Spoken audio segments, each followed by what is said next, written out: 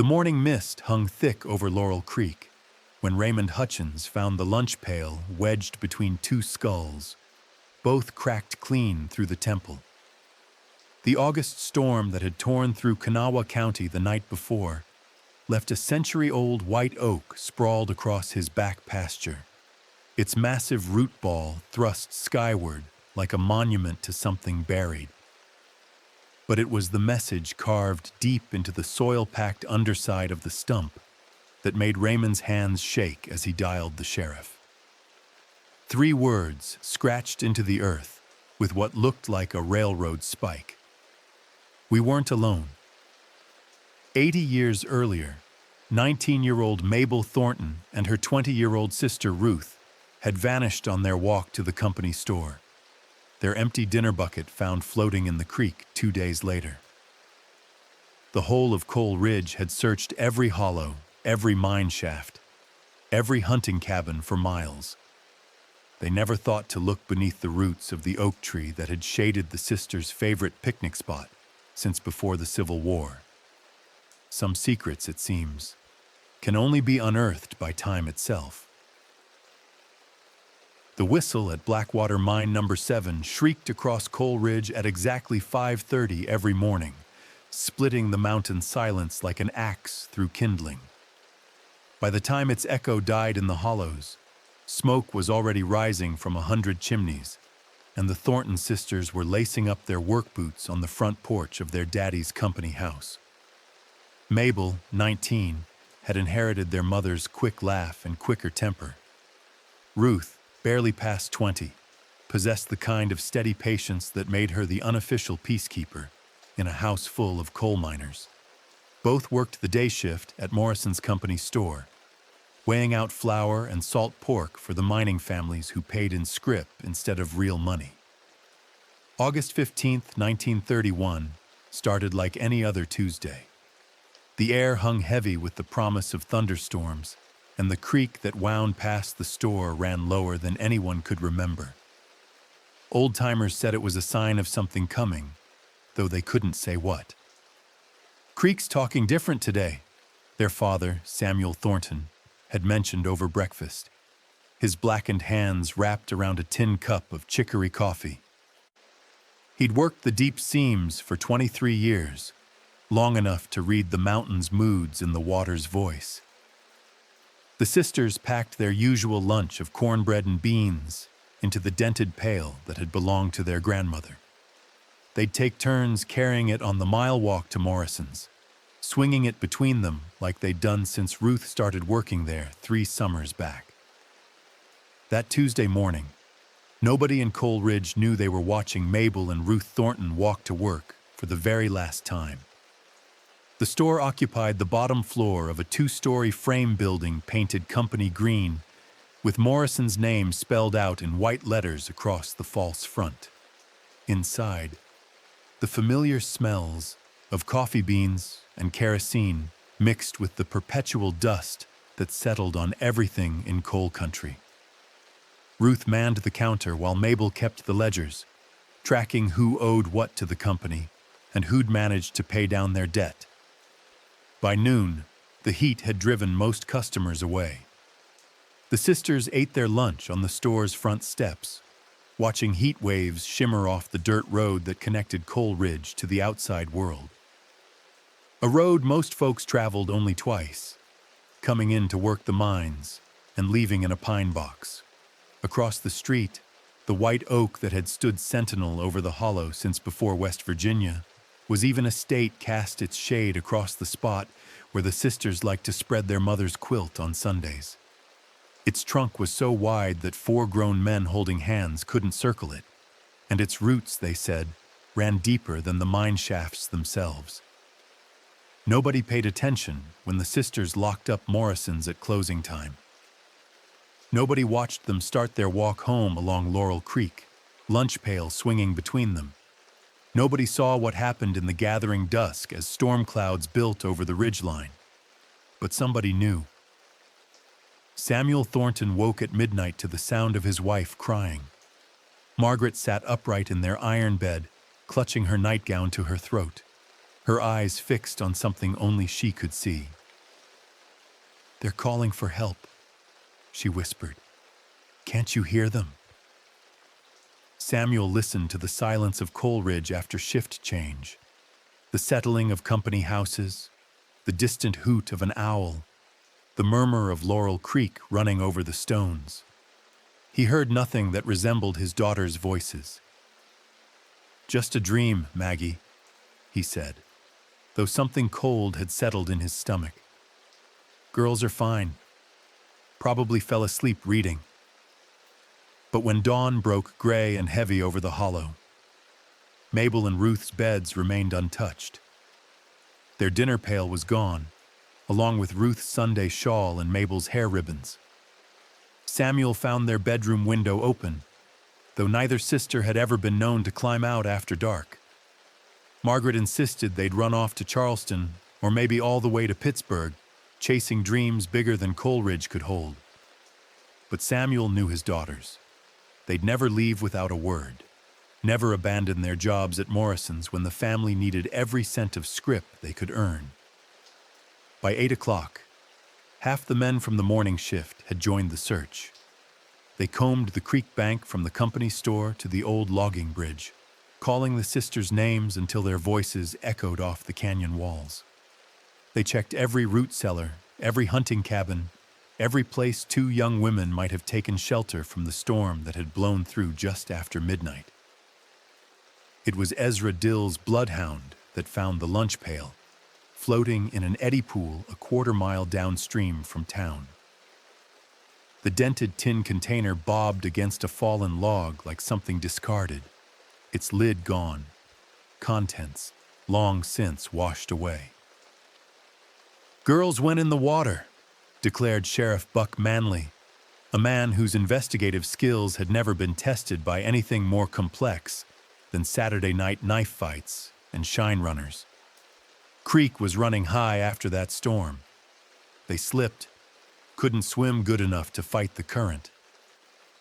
But Samuel Thornton pulled the pail from the water himself and found not a single dent that hadn't been there when his mother carried it to the mines 30 years before. If his daughters had fallen into a flood-swollen creek, that tin pail should have been beaten to pieces on the rocks. The temperature. August heat made everything in Cole Ridge shimmer like a mirage. But that night the air turned cold enough to raise goosebumps on the searchers' arms. Dogs whined and refused to follow scent trails that should have been clear as roadways. Horses shied from shadows that held nothing more threatening than mountain laurel. "Something ain't right about this," muttered Jim Boyd, whose family had been hunting these hills since before the Cherokee left. "Animals are spooked. Creek's running the wrong color." He was right. Where Laurel Creek passed under the logging bridge, the water ran rust red in the morning light, though no mine drainage ditched into it for miles upstream. Red like iron, red like blood. For 6 days, Cole Ridge emptied itself onto the mountainsides. Mine supervisors gave their crews time off to search, understanding that 2 missing daughters could just as easily be any man's missing daughters.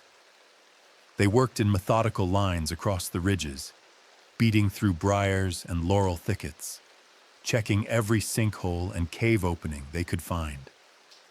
The state police arrived on Thursday, bringing dogs and a photographer who documented the creek where the lunch pail had been found. Detective Ray Pullins from Charleston interviewed everyone who'd seen the sisters that final Tuesday, building a timeline that led nowhere. "Last seen at Morrison's, 5:47 p.m., he wrote in his notebook. Witness observed subjects walking east on Laurel Creek Road, carrying lunch pail. Weather conditions, partly cloudy, temperature approximately 78 degrees. But the detective's careful notes couldn't explain why the sisters had apparently vanished between the company store and a bend in the creek that should have taken them 3 minutes to walk, or why Ruth's Sunday shawl was found hanging from a tree branch 50 yards upstream from where they'd last been seen. as if the current had somehow carried it backward through the hollow.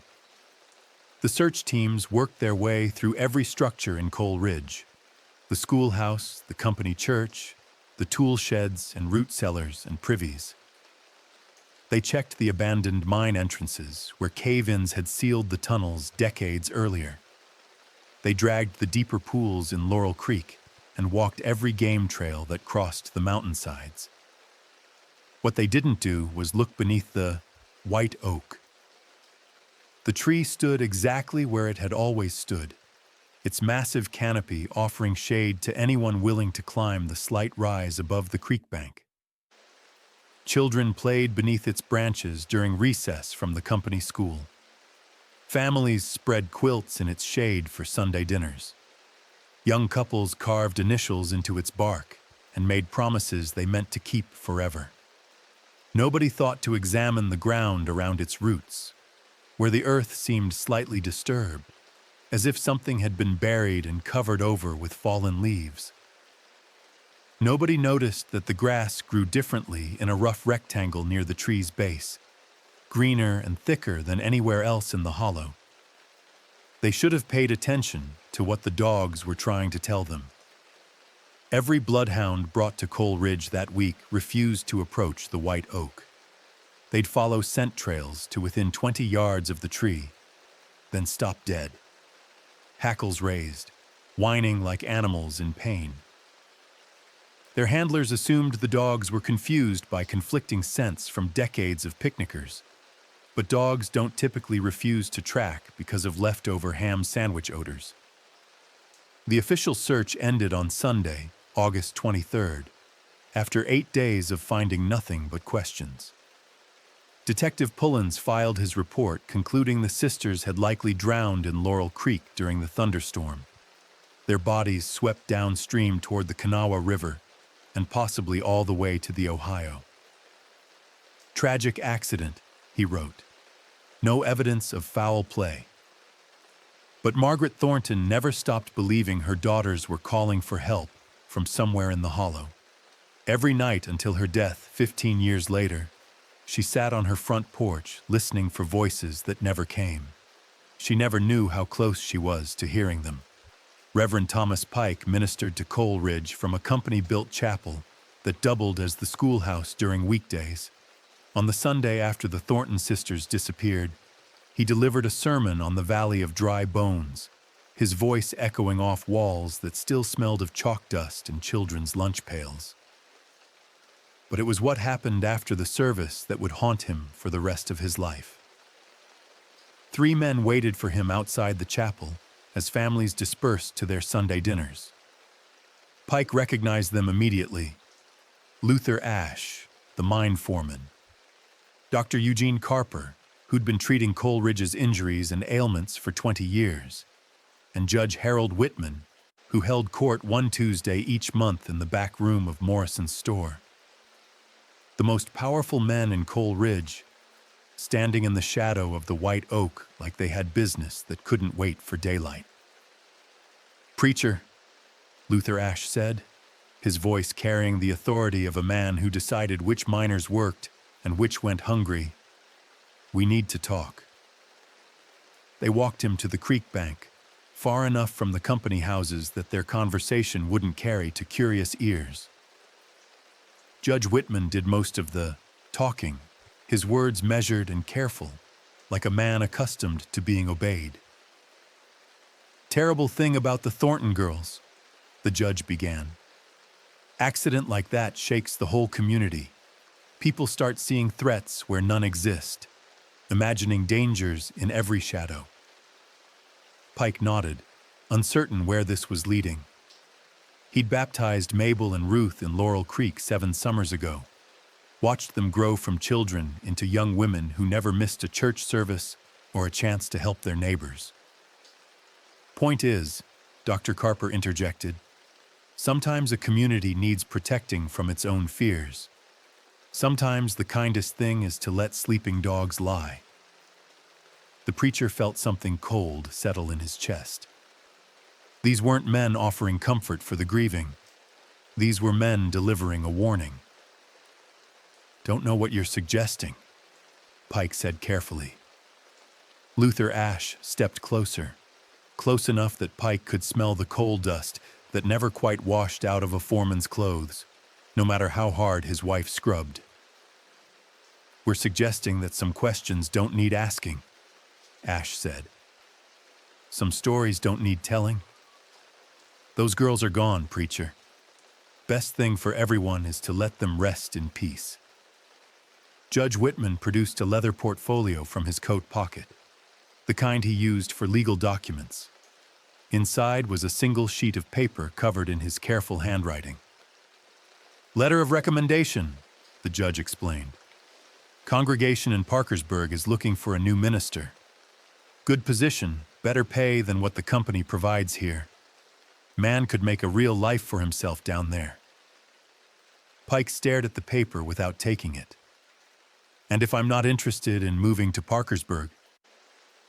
The three men exchanged glances. Dr. Carper cleared his throat. "Well," the doctor said, "might be worth mentioning that your wife's been having those headaches again. Serious condition, nervous exhaustion. Could require extended treatment at the state hospital in Huntington."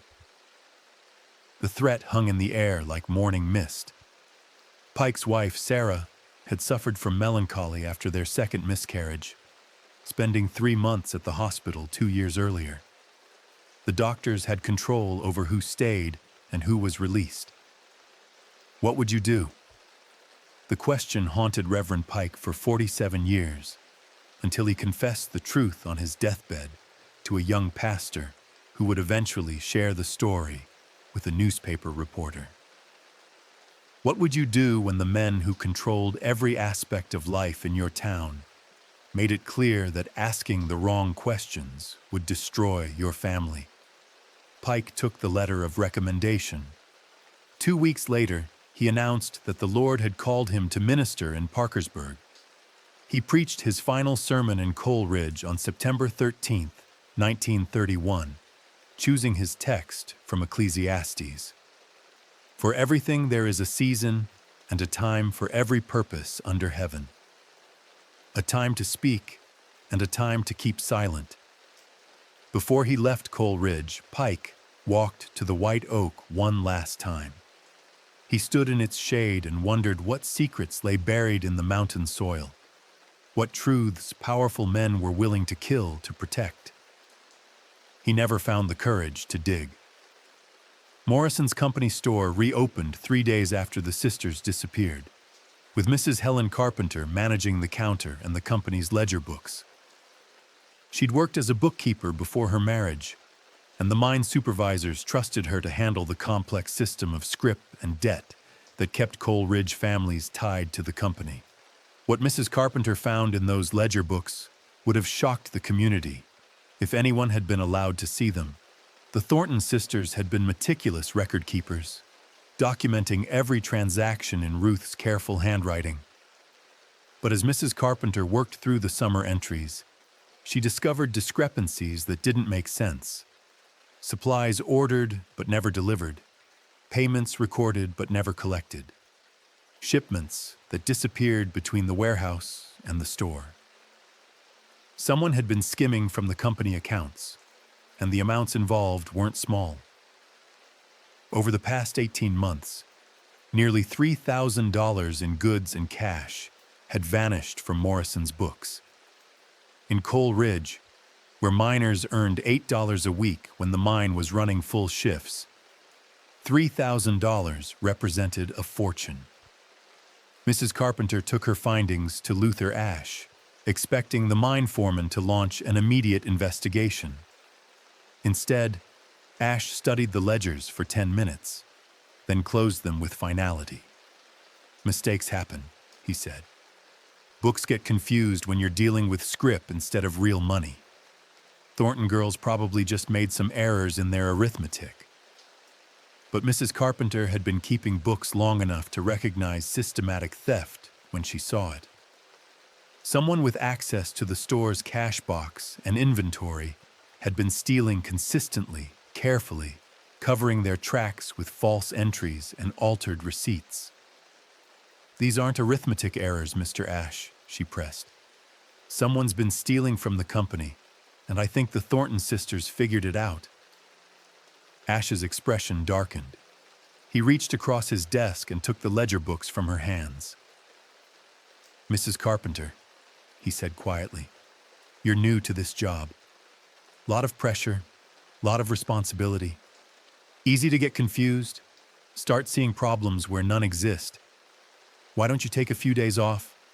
Let me handle the books for a while." She never saw those ledgers again. A week later, new ledger books appeared at Morrison's store, with fresh entries dating back to June. The mysterious discrepancies had been erased, replaced by neat columns of figures that balanced perfectly. When Mrs. Carpenter asked about the original books, Ash claimed they'd been destroyed in a small fire at his office. No one investigated the fire. No one questioned why company records would be burned instead of preserved. No one asked whether the Thornton sisters had discovered something that made them dangerous to whoever had been stealing from Morrison's accounts. But Mrs. Carpenter remembered the final entry in Ruth Thornton's handwriting, dated August 14, 1931. Cash shortage continues. We'll discuss with Mr. M tomorrow morning before opening. Mr. M could have been any of a dozen men in Coal Ridge, but Mrs. Carpenter knew there was only one Mr. M who mattered in company business. James Morrison, who owned the store and lived in the biggest house on the ridge, with running water and electric lights that no company house could claim. Morrison had been in Charleston on business the week the sisters disappeared. At least that's what everyone assumed. But Mrs. Carpenter noticed he'd returned to Coal Ridge 3 days earlier than planned, arriving on Tuesday, August 15th. The same day, Mabel and Ruth Thornton vanished. The Norfolk and Western ran freight trains through Coal Ridge twice a week, carrying coal cars from Blackwater Mine down to the Riverside loading docks in Charleston. Most runs happened during daylight hours, when the engineers could navigate the mountain grades safely, but sometimes emergency shipments required night operations. Tuesday, August 15th, 1931, was one of those nights. Engineer Bob Thacker had been running mountain rails for 18 years, long enough to know every curve, every trestle, every mile marker between Coal Ridge and the Kanawha River. When he got the call to make an emergency run that Tuesday night, he wasn't surprised. Mine owners often demanded special shipments when they had pressing contracts to fill. What surprised him was the cargo. "Train manifest says coal," he told his fireman, Danny Paulson, as they prepared the locomotive in the Rail Ridge rail yard. "But those aren't coal cars they're hooking up." The cars being attached to their engine were box cars, the kind used for hauling machinery or lumber, and they were already loaded, sealed with company locks, ready for immediate transport. "Must be equipment," Paulson suggested. "Maybe they're moving mining gear to another site." But when the train pulled out at 11:45 p.m., Thacker noticed something that made his hands tighten on the throttle. The loaded cars rode too light for heavy machinery. They swayed on the tracks like they carried something that shifted with the train's movement, something that wasn't properly secured. The run to Charleston took 4 hours through mountain passes that twisted like a snake's spine. Thacker kept the speed low on the curves, partly for safety and partly because something about the night run felt wrong. No company supervisors had seen them off. No paperwork had been filed at the dispatch office. Even the rail yard foreman had seemed nervous, checking his watch every few minutes like he was waiting for something. At the Charleston freight yards, Thacker expected to help with unloading, but orders came to detach the cars at a siding near the river and return immediately with the empty locomotive. He never saw what was in those boxcars, never knew where the contents went after his train departed. But 48 hours later, when news of the missing Thornton sisters reached Charleston, Thacker started putting pieces together that didn't want to fit. Emergency freight run on the same night the sisters disappeared. Sealed boxcars carrying cargo that shifted and swayed. Orders to leave immediately without observing the unloading process. Thacker kept his suspicions to himself for 37 years, until a reporter tracking down old-timers for a story about mountain railroading found him in a Charleston nursing home. By then, the engineer's hands shook too badly to hold a coffee cup, but his memory of that night remained clear as fresh snow. "Should have asked more questions," Thacker told the reporter. "Should have demanded to see what was in those cars. But you didn't ask questions when the company gave orders. Not if you wanted to keep your job." The reporter checked railroad records from August 1931, but found no manifest for any Norfolk and Western run through Coal Ridge on the 15th. According to official documents, no trains operated through the area that entire week. Someone had erased the record. Someone with enough authority to make a locomotive and crew vanish from company books, along with whatever cargo they'd carried to Charleston in the darkness of a mountain night. Dr. Eugene Carper had delivered half the babies in Coal Ridge and closed the eyes of just as many when mining accidents or black lung claimed their fathers. In 20 years of mountain medicine, he'd seen enough death to understand the difference between accident and murder, which made his behavior after the Thornton sisters disappeared all the more troubling. When Margaret Thornton collapsed from grief 3 weeks after her daughters vanished, Dr. Carper prescribed bed rest and laudanum, enough to keep her unconscious for days at a time. When Samuel Thornton developed a persistent cough that sounded like the early stages of pneumoconiosis, the doctor recommended he transfer to lighter duties that kept him underground during daylight hours, away from the search efforts that continued sporadically through the fall.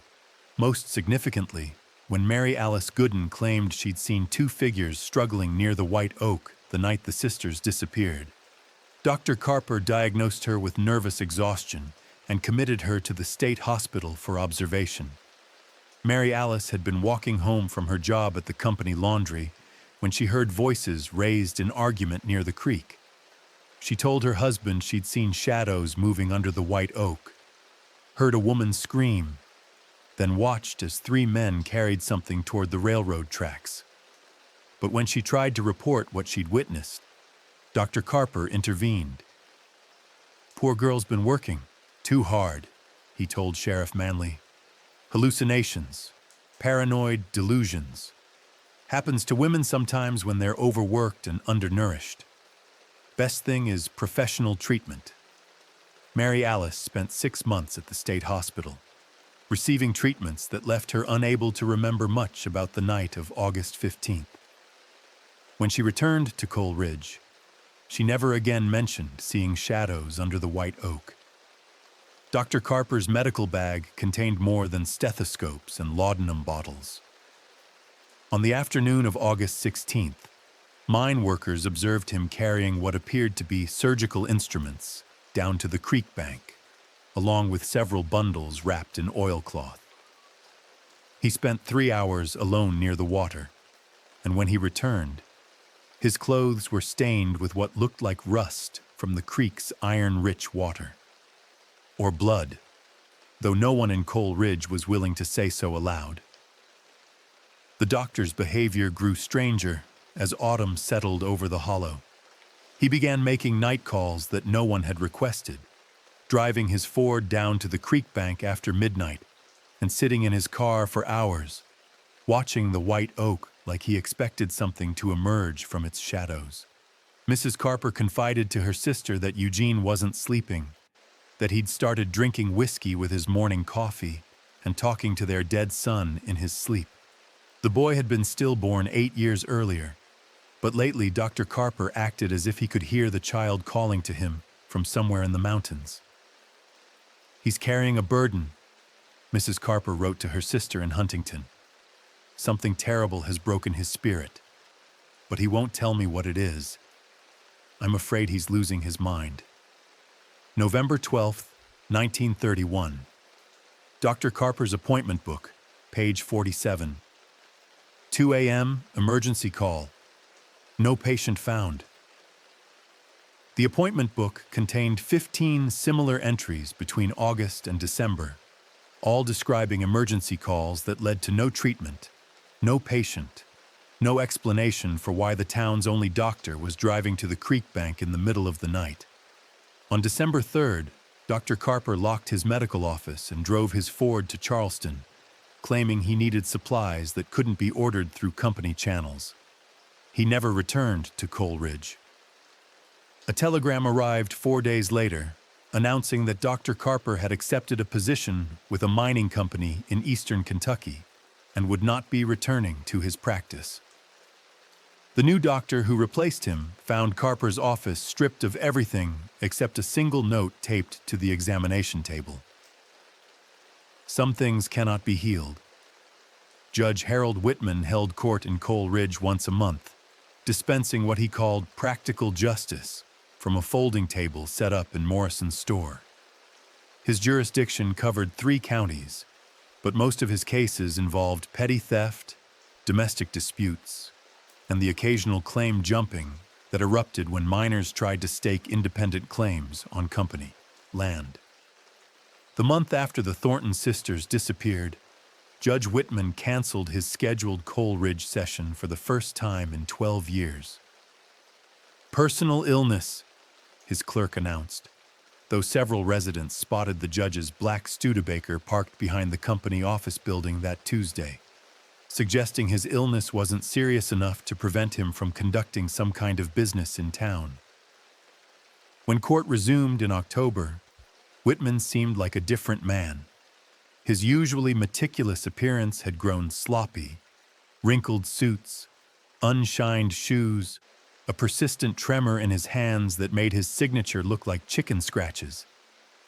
He disposed of cases with unusual haste, handing out sentences without the careful consideration that had earned him a reputation for fairness. Most telling was his reaction when Samuel Thornton appeared before him, seeking a court order to continue searching for his daughters. The coal miner had saved enough money to hire a detective from Huntington, and he needed legal authority to examine certain properties where private investigators weren't welcome. "Request denied," Whitman declared, without allowing Thornton to present his evidence. "Case is closed. Sheriff's Department has concluded the girls drowned in Laurel Creek. Court will not authorize further searches based on a father's grief and speculation." Samuel Thornton stood in shocked silence. The judge had always shown respect for mining families, understanding that they formed the backbone of every mountain community. But this was different. A cold dismissal that suggested the case was not just closed, but sealed. "Your Honor," Thornton tried again, "I have reason to believe—" "You have reason to grieve," Whitman interrupted. "That's natural and understandable. But this court deals in facts and evidence, not hope and wishful thinking. The matter is settled."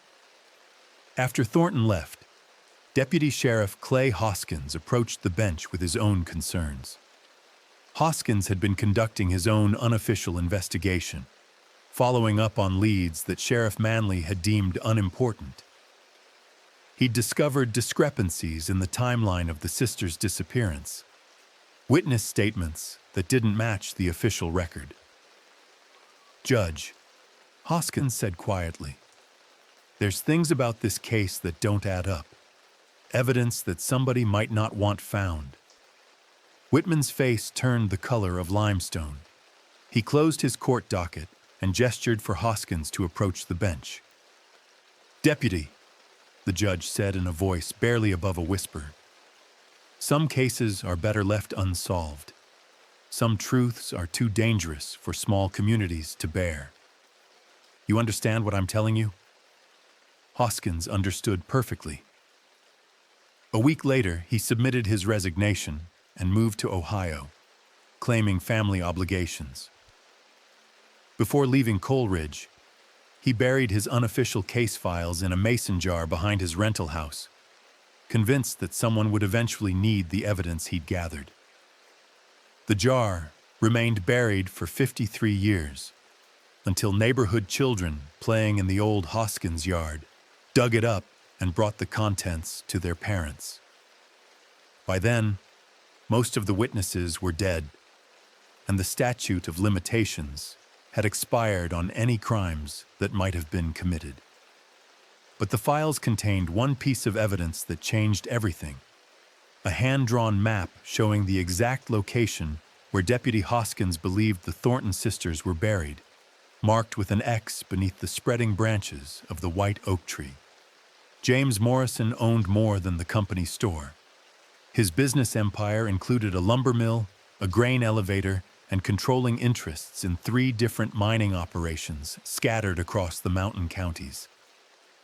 What most people didn't know was that Morrison had been systematically stealing from his own companies for nearly 2 decades, skimming profits and falsifying records to fund a lifestyle that his legitimate income couldn't support. The Thornton sisters had discovered his scheme entirely by accident. Ruth had been reconciling the store's accounts with warehouse delivery receipts when she noticed a pattern: goods ordered in Morrison's name, but delivered to addresses that didn't exist. When she and Mabel investigated further, they found invoices for supplies that had never arrived, payments to vendors who had no record of doing business with Morrison's store. Someone was creating phantom transactions, using the company's accounts to purchase goods that were then diverted to other locations. The operation was sophisticated enough to fool casual inspection, but not careful enough to escape the attention of 2 young women who took pride in keeping accurate books. August 14, 1931. Morrison's store ledger, page 93. Discrepancies total $2,847.50 since January. Pattern suggests systematic diversion. Must discuss with Mr. Morrison immediately. That discussion never happened, because James Morrison was already aware that his theft had been discovered. Morrison lived in a 2-story frame house on the ridge above Coal Ridge, with a telephone that connected him directly to associates in Charleston, Huntington, and points beyond. On the afternoon of August 14th, he placed a series of calls that neighbors later remembered because of their urgent, hushed tone. Mrs. Flora Jenkins, whose house sat close enough to Morrison's to overhear conversations through open windows, told her daughter that Morrison had sounded frightened during those calls, repeating phrases like, "They know and clean it up," and "can't let this get out." By evening, Morrison had developed what appeared to be a plan. He walked to Morrison's store just before closing time, claiming he needed to review inventory records for an audit. The Thornton sisters were alone in the building, counting the day's receipts and preparing the bank deposit. What happened during that meeting would remain a secret for 80 years, but Ezekiel Farmer, the elderly man who tended the company church, was walking home from evening prayers when he heard raised voices from inside Morrison's store. Through the front window, he glimpsed James Morrison standing over Ruth Thornton, who appeared to be crying. Mabel stood behind the counter, clutching what looked like a ledger book against her chest. Girls were scared, Farmer told his wife later. Morrison looked like a man who'd been cornered. Never seen him so agitated. Farmer hurried past without interfering, understanding that company business wasn't his concern. He would regret that decision for the rest of his life. By the time Morrison left the store at 7:15, the sisters had agreed to meet him the following morning to discuss their findings. They would bring the ledger books that documented his thefts, and together they would decide how to handle the situation without destroying Morrison's reputation or jeopardizing the jobs of every family in Coal Ridge. At least, that's what Morrison allowed them to believe. The real plan involved 3 associates from Charleston, a midnight freight train, and a burial site that wouldn't be discovered until storm winds uprooted the white oak tree that marked their grave. They arrived on the afternoon train. Three men in business suits who signed the guest register at Patterson's boarding house using names that would later prove to be false. Mrs. Patterson noticed they carried no luggage except briefcases, and they paid for their rooms in advance with cash rather than checks. Claimed they were here about mineral rights, Mrs. Patterson told the postmaster. But they didn't ask directions to the courthouse or the mining office, just wanted to know about local roads and whether folks minded their own business in Coal Ridge. The men spent Tuesday evening in quiet conversation on Patterson's front porch, watching traffic on Laurel Creek Road and paying particular attention to the comings and goings at Morrison's store. When the Thornton sisters locked up for the night and started their walk home, one of the men checked his pocket watch and made a note in a small leather book. At 10:30, the men left Patterson's boarding house through the back door, carrying their briefcases and what appeared to be tools wrapped in canvas cloth. They told Mrs. Patterson they were meeting James Morrison for a late business discussion and wouldn't be back until morning. Mrs. Patterson never saw them again. The tools they carried were not the kind used for legitimate business meetings. Deputy Sheriff Clay Hoskins would later discover that someone had purchased a shovel, a pickaxe, and 50 feet of rope from the hardware store in nearby Glen Falls, paying cash and refusing to give their name. The shopkeeper remembered the sale because the buyer had insisted on tools that could be dismantled for easy transport. What happened next unfolded in the darkness between the company store and the white oak tree. In the space of time, it took the Thornton sisters to walk from their place of work to their place of death. The men from Charleston were waiting. They approached the sisters on Laurel Creek Road, probably claiming to be lost or seeking directions. James Morrison may have been with them, or he may have stayed away to preserve his alibi. Either way, the encounter moved quickly from conversation to violence. Mabel fought back. The coroner's examination 80 years later would reveal defensive wounds on her hands and arms, evidence that she'd tried to protect herself and her sister from whatever was happening. Ruth's injuries suggested she'd been struck from behind while trying to run toward town. Both sisters were dead within minutes of leaving Morrison's store.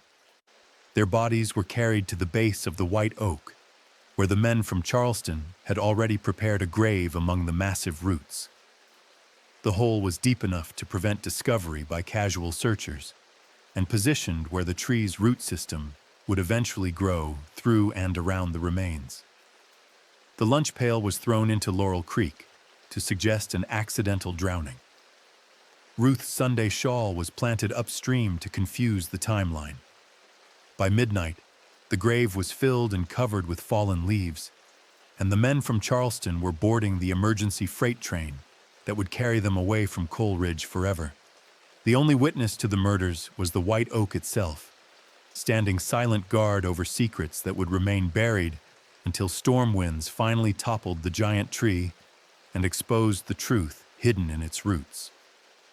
But trees keep different records than human beings. In their rings and root patterns, in the way they adapt to changes in soil chemistry and available nutrients, they preserve evidence that can survive for decades. The white oak had been feeding on the Thornton sisters for 80 years, growing stronger and taller from soil enriched by their decomposing bodies. When the tree finally fell, its root ball pulled up more than dirt and stones. It pulled up proof of murder. What the searchers in 1931 didn't understand was that Laurel Creek had been trying to tell them the truth from the very beginning. The rust-red water that puzzled Jim Boyd and the other hunters wasn't caused by mine drainage or natural iron deposits.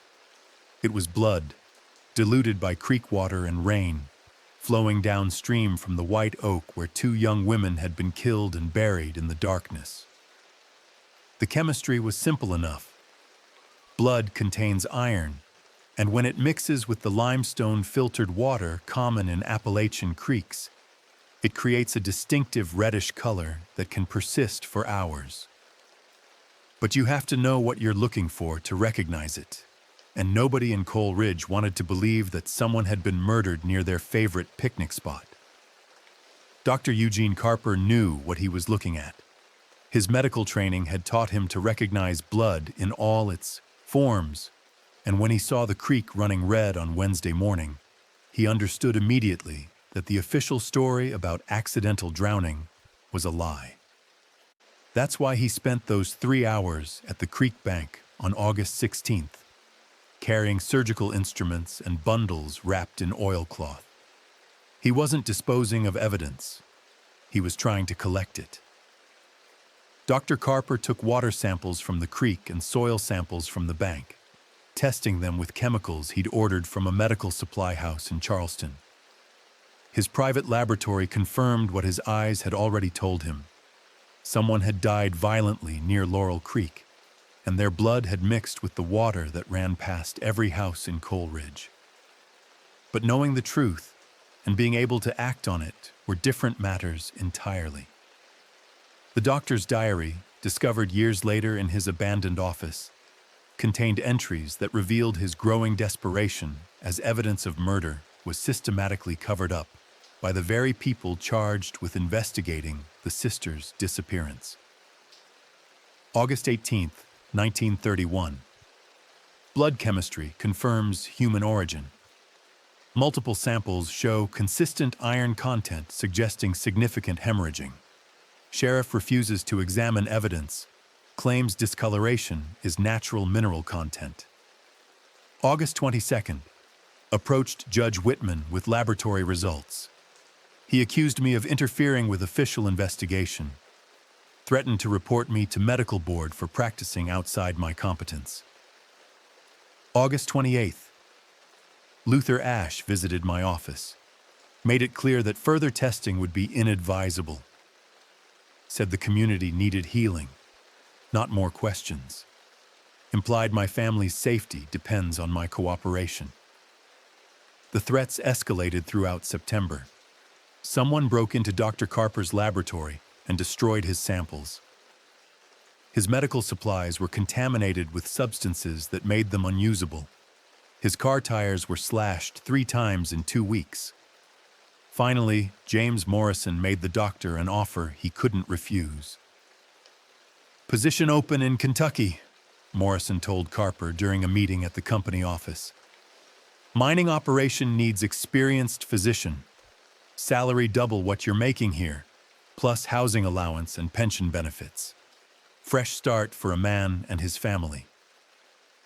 The alternative, Morrison made clear, was having the medical board investigate complaints about Dr. Carper's erratic behavior and unprofessional conduct. Such investigations could destroy a physician's career, making it impossible to practice medicine anywhere in West Virginia. Dr. Carper left Coal Ridge in December, carrying the secret of the Thornton sisters' murder to his grave. But before he departed, he hid his remaining evidence in a place where it might someday be found by someone with the courage to use it.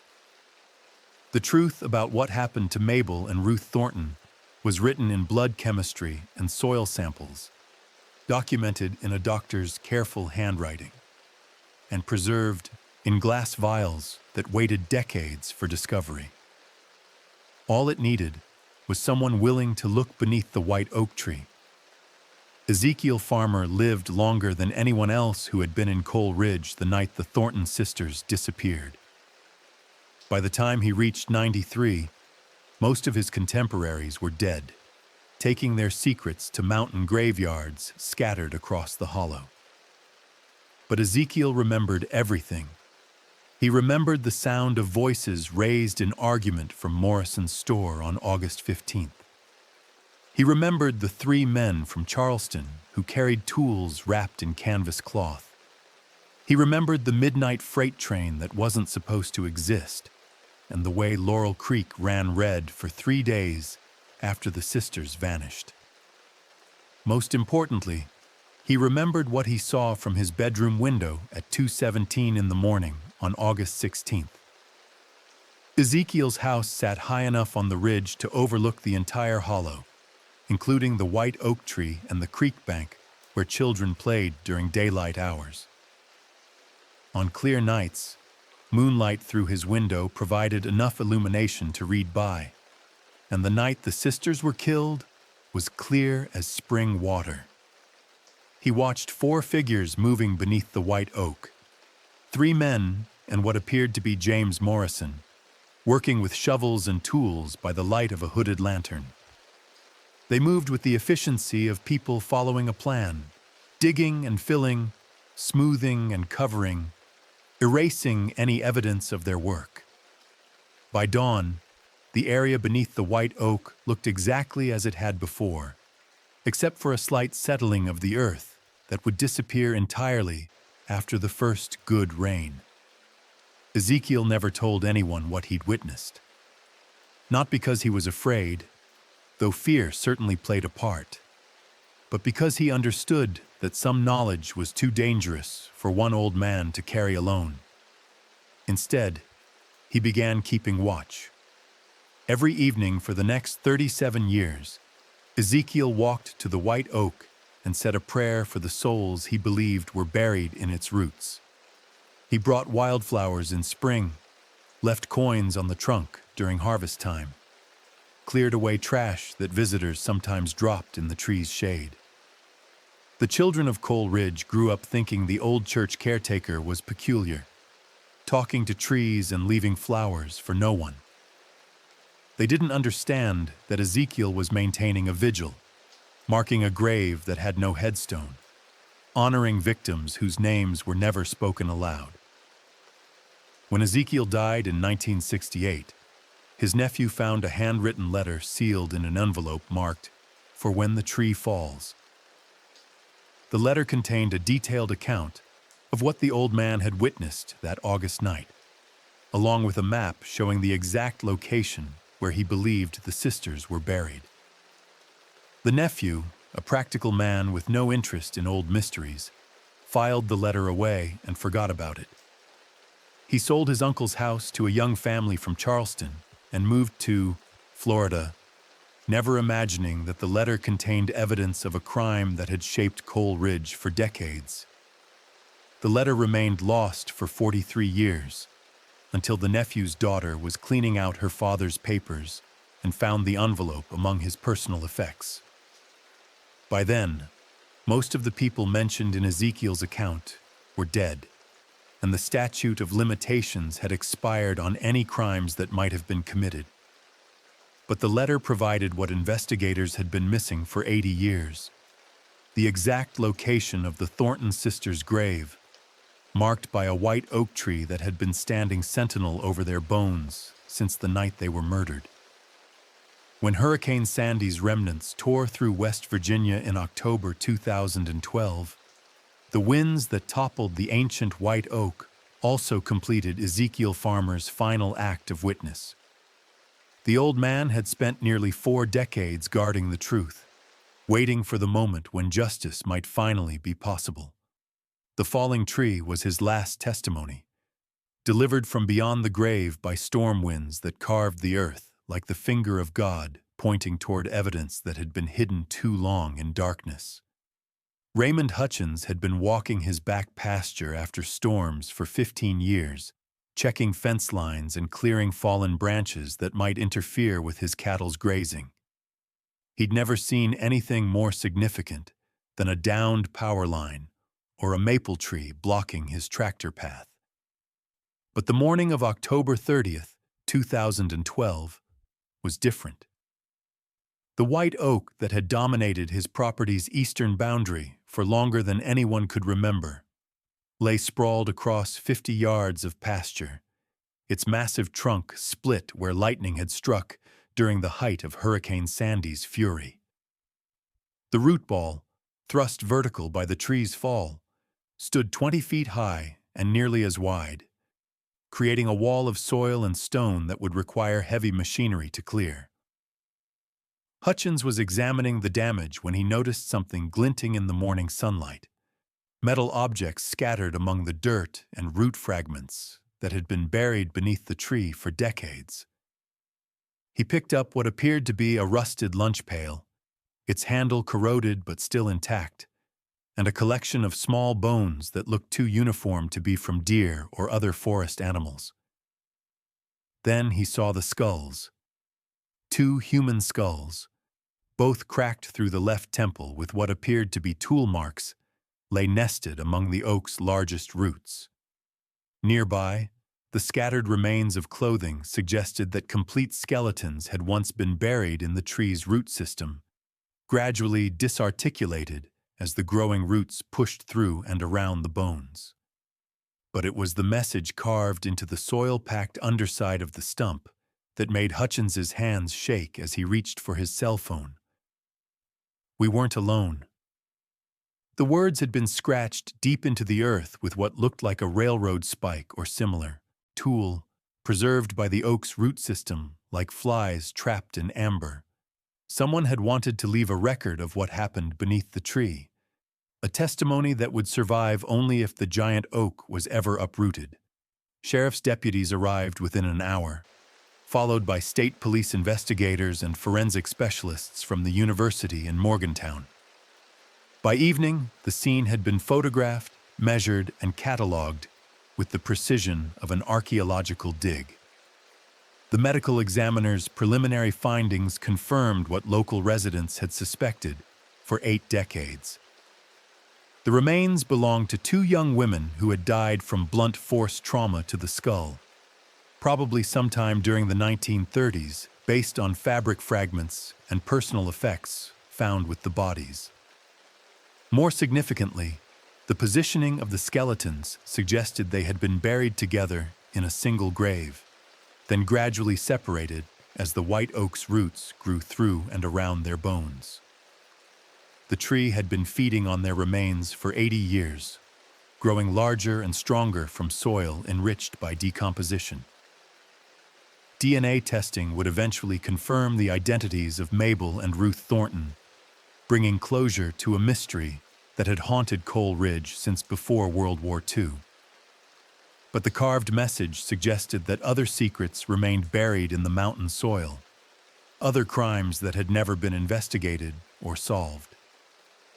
"We weren't alone" implied that the sisters had been murdered in the presence of witnesses, people who knew what happened but had never found the courage to speak. It suggested a conspiracy of silence that had protected killers for nearly a century, allowing them to live out their natural lives while their victims rotted beneath a tree that marked their grave like a living tombstone. The investigation that followed would uncover evidence of systematic corruption, murder, and cover-up that reached into every institution Coal Ridge had trusted: the company store, the sheriff's department, the court system, even the church that was supposed to provide moral guidance for the community. But by the time the truth emerged, most of the perpetrators were dead, their crimes forgotten by everyone except the mountain soil that had preserved the evidence of their guilt. The discovery beneath the white oak tree triggered the most intensive criminal investigation in Kanawha County's history. State police detectives working with FBI specialists spent 6 months combing through evidence that had accumulated over 80 years, following paper trails that led from Coal Ridge to Charleston, Huntington, and beyond. What they found was a criminal enterprise that had used murder to protect systematic theft from mining companies, stores, and banks across 3 counties. James Morrison and his associates had been skimming profits from their businesses for nearly 2 decades, hiding their crimes behind a facade of legitimate commerce and community leadership. The Thornton sisters had stumbled onto Morrison's scheme entirely by accident, but their discovery had threatened to expose thefts totaling more than $50,000, equivalent to millions in today's currency. Rather than face prison or disgrace, Morrison had chosen murder, arranging the sisters' deaths and covering up the evidence with help from corrupt officials throughout the county. The 3 men from Charleston were eventually identified through hotel records and railroad manifests that hadn't been destroyed. All 3 were dead by the time investigators traced their identities, but their criminal records revealed connections to organized crime families in Ohio and Pennsylvania. Morrison had hired professional killers to eliminate the sisters, then used his local influence to prevent any meaningful investigation. Judge Harold Whitman's involvement became clear when investigators examined his financial records from the 1930s. Large cash deposits appeared in his bank accounts immediately after the sisters' disappearance, payments that couldn't be explained by his judicial salary or any legitimate investments. Dr. Eugene Carper's hidden evidence, discovered in a sealed container behind a false wall in his former office, provided the scientific proof needed to confirm murder. His blood and soil samples, preserved for 80 years, still contained enough evidence to establish that multiple people had died violently near the white oak tree. But perhaps the most damning evidence came from Morrison's own records, discovered in a safe deposit box that wasn't opened until his estate was finally settled in 1993. Inside were detailed accounts of his theft operations, including payments to corrupt officials and a handwritten confession describing the events of August 15, 1931. Morrison's confession, written apparently in 1967 when he was dying of cancer, contained this passage. The girls were honest, too honest for their own good. They found discrepancies in the books that would have sent me to prison for 20 years. I convinced myself I had no choice, that protecting my family's future justified what we did to them. God forgive me, I was wrong. They were innocent children, and we killed them for money. The confession was never filed with any court or law enforcement agency. Morrison took his secret to the grave, leaving the document for someone else to discover decades later. By 2013, everyone directly involved in the Thornton sisters' murders was dead. James Morrison had died in 1968, taking most of his secrets with him. Judge Whitman had suffered a heart attack in 1954. Dr. Carper had died in Kentucky in 1979, never returning to West Virginia. The three men from Charleston had been killed in a gang war during the 1940s, their deaths barely noted in newspaper crime reports. Justice, if it can be called, that had been administered by time and natural causes rather than courts and prison sentences. But for the families who had spent 80 years wondering what happened to Mabel and Ruth Thornton, the discovery beneath the white oak tree provided something more valuable than criminal convictions. It provided truth, proof that their daughters and sisters hadn't simply vanished into the mountains, but had been murdered by people they trusted. The funeral for Mabel and Ruth Thornton was held 81 years after their disappearance, in the same company church where Reverend Pike had once preached about valleys of dry bones. More than 200 people attended, including descendants of the sisters who had never known their aunts existed. The sisters were buried together in the Coal Ridge Cemetery, their shared headstone bearing an inscription chosen by their surviving family. Mabel and Ruth Thornton, 1912-1931, sought truth, found eternity, their voices finally heard. The white oak that had marked their hidden grave for 8 decades was cut into sections and donated to a museum in Charleston, where visitors can still see the message carved into its roots. We weren't alone.